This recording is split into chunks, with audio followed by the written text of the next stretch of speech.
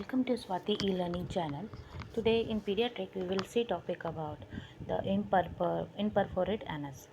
Imperforate anus is a anorectal malformation which are birth defects in which the rectum is malformed. So anorectal malformation are a spectrum of different congenital anomalies, males and females, that varies from lesion for the complex anomalies. तो इसमें क्या है, NS जो है वो structurally abnormal होता है जो कि बर्थ से होता है और ये बंद हो जाता है. देयर इज़ नो ओरिफाइस और no opening in that area. So ये एक तरीके से के एनोमली है जो कि बर्थ डिफेक्ट है. Incidence of approximately 1 in 4,000 and 5,000 birth. So features of anorectal malformations, if you see, there are associated with the vectral. अगर आप इनफरफोरेट एनएस पढ़ रहे हो तो उसमें इंक्रीज इंसिडेंस आपको वेक्टरल याद करना है, जो कि V C is for vertebral anomalies, A is for anal atresia, C is for cardiovascular anomalies, T is for tracheoesophageal fistula, E is for esophageal atresia, R is for renal और kidney radial anomalies, L is for limb effect. तो कभी भी अगर हम anorectal मालफॉर्मेशंस या कोई birth defect anomaly पढ़ रहे हैं तो ये बर्थ डिफेक्ट कभी भी अकेले नहीं आता है. सो वन डिफेक्ट विल हमेशा जो है बच्चे में दो तरह की एनोमली या इसके अलावा एक एनोमली और पाई जाएगी. So we have to check the imperforate anus, we have to see for the vertebral. सो हमको क्या वर्टेब्रल वेक्टरल पूरा चेक करना है. V for vertebral, anal, V cardio, tracheoesophageal. Fistula क्या होता है? Fistula is the opening that will be abnormally. And atresia क्या होता है? Atresia is the what we say is the narrowing of the specific area. कोई भी जो है उसकी नैरोइंग हो जाती है. और अट्रेशिया क्या होता है? जो कि एबनॉर्मल ओपनिंग बन जाती है. और एनोमलीज क्या होती है? जो हमेशा बर्थ से डिफेक्ट में जो प्रेजेंट रहती है और एबनॉर्मल होता है उसको एनोमलीज कहते हैं. Then classification of anorectal malformation में अगर आप देखेंगे तो मेल और फीमेल में अलग अलग होता है.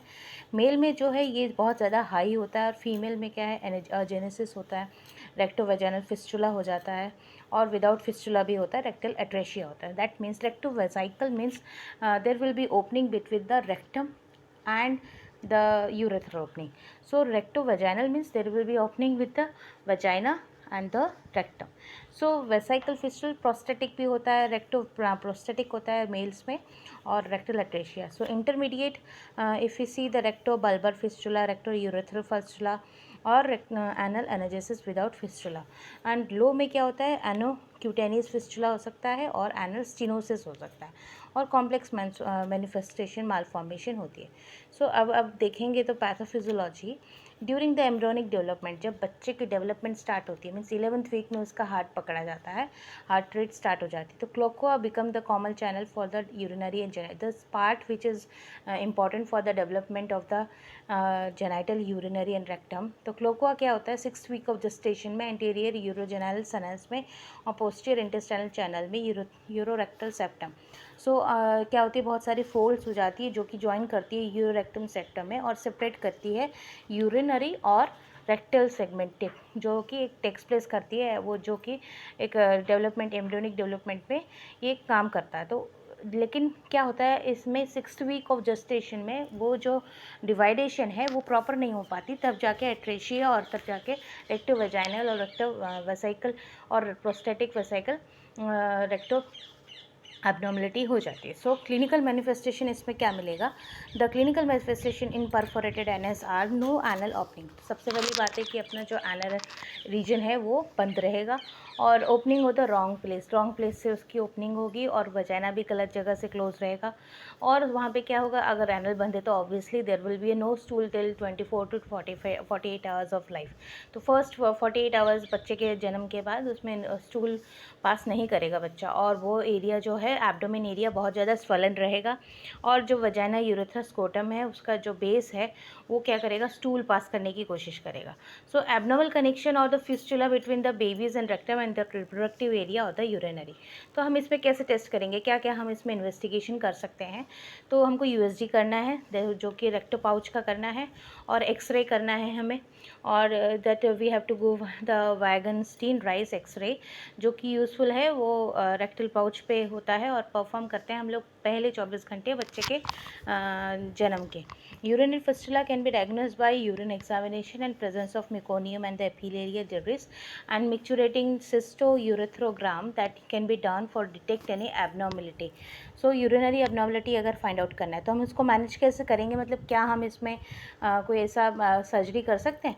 तो द रिकन्स्ट्रक्टिव सर्जरी जो कंजेनाइटल मालफॉर्मेशंस को ठीक करती है वो सेक्स ऑफ इन्फेंट को in case of anorectal formation low है या फिर हाई है, that depends.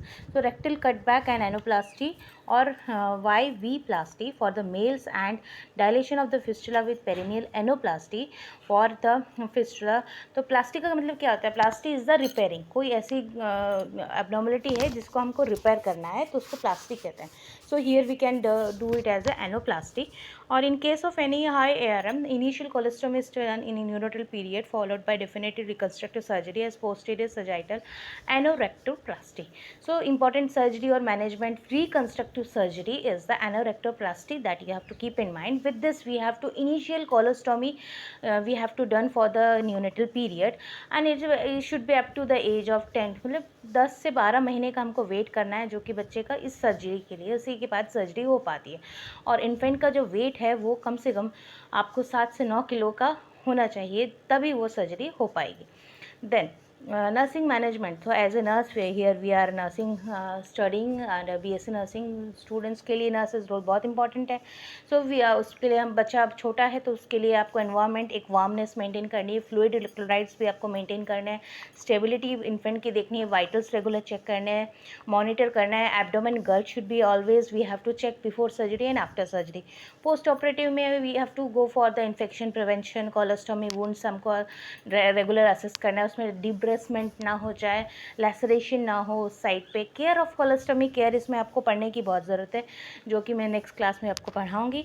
Maintenance of the fluid and electrolytes balance and emotional support और family coping and demonstration colostomy care are essential aspect of nursing management and health education to be given about the continuation of care at the home, diet modification, prevention of fecal infection bowl. So this is about the nursing management.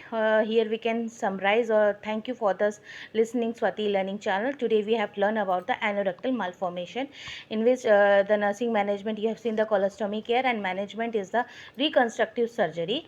So that will be done only after the 10 to 12 months of the baby and with the weight of 7 to 9 kg that you have to keep in mind. Thank you.